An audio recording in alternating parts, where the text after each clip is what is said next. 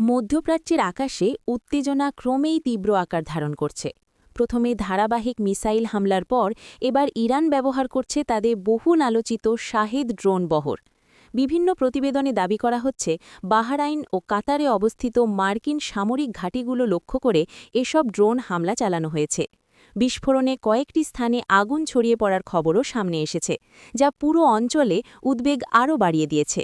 বিশ্লেষকদের মতে দীর্ঘমেয়াদী যুদ্ধের সম্ভাবনা মাথায় রেখে ইরান তাদের উন্নত ব্যালিস্টিক মিসাইল সংরক্ষণ করে তুলনামূলক কম খরচের কিন্তু কার্যকর ড্রোন কৌশল ব্যবহার করছে। শাহেদ সিরিজের ড্রোন কম খরচে তৈরি হলেও নির্দিষ্ট লক্ষ্যবস্তুতে আঘাত হানতে সক্ষম। ধারণা করা হচ্ছে ইসরায়েল সহ মধ্যপ্রাচ্যে মার্কিন ঘাঁটিগুলোকে চাপে রাখতেই এই ড্রোন কৌশল গ্রহণ করেছে তেহরান। প্রতিবেদনগুলোতে আরও বলা হয়েছে ইরান বিপুল সংখ্যায় ড্রোন উৎপাদন করে আগে থেকেই যুদ্ধ প্রস্তুতি নিয়েছিল।